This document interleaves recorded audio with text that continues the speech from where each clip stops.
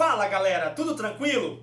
Hoje a gente vai se perguntar sobre a questão da pré-história da Amazônia. Existe uma pré-história da Amazônia? Será que esse termo está correto? É procedente? Vamos ver! Chama a vinheta!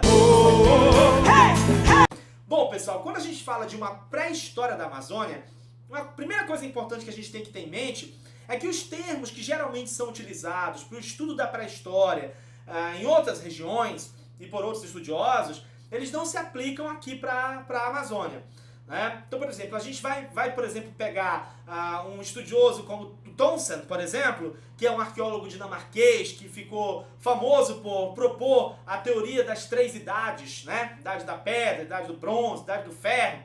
Então, a gente pega um estudioso como Mortlet, né? Que era um arqueólogo francês, que deixou uma contribuição importante no sentido de fazer a classificação, estabelecer a nomenclatura dos períodos do período paleolítico, por exemplo. A gente pega estudiosos assim e tantos outros, e a gente pega os termos que eles propuseram para o Velho Mundo, a gente não vai usar aqui para a Amazônia, né? Porque aqui para a pré-história da Amazônia a gente não vai usar, por exemplo, o termo paleolítico, a gente não vai usar o termo idade dos metais, a gente não vai usar o termo idade da pedra, né? A gente não vai usar esses termos aqui. Quais são os termos em que geralmente nós vamos usar no estudo da pré-história da Amazônia?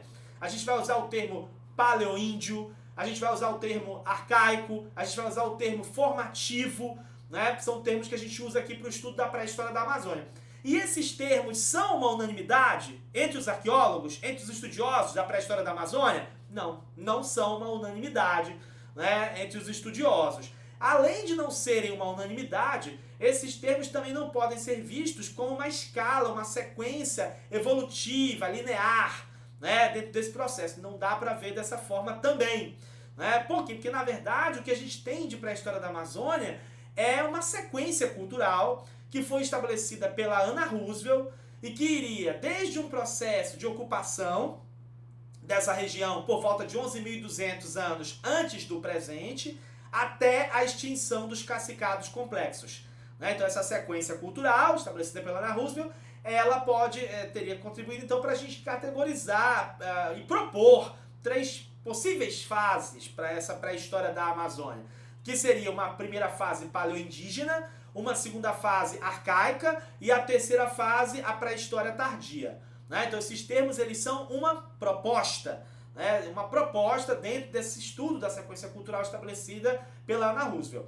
Vale ressaltar que esse termo antes do presente é um termo que é usado para estudos arqueológicos, né? E aí a referência ali é o ano de 1950. Então sempre que você pensar, você vir nos livros antes do presente, o termo AP, né, antes do presente, você já sabe que é antes do ano de 1950. Antes do presente, que é o ano referencial, né, para estudos arqueológicos. Alguns livros, algumas obras usam o termo AC, antes de Cristo, né? Já outros preferem usar o termo AP, antes do presente, né? Fato é que dentro dessa proposta então de pré-história nós temos essas três fases. E aí quais são as características da fase paleoindígena? Quais são as características da fase arcaica? Quais são as características da pré-história tardia? Isso aí a gente vai conversar, mas só nas cenas do próximo capítulo. Até a próxima, tchau!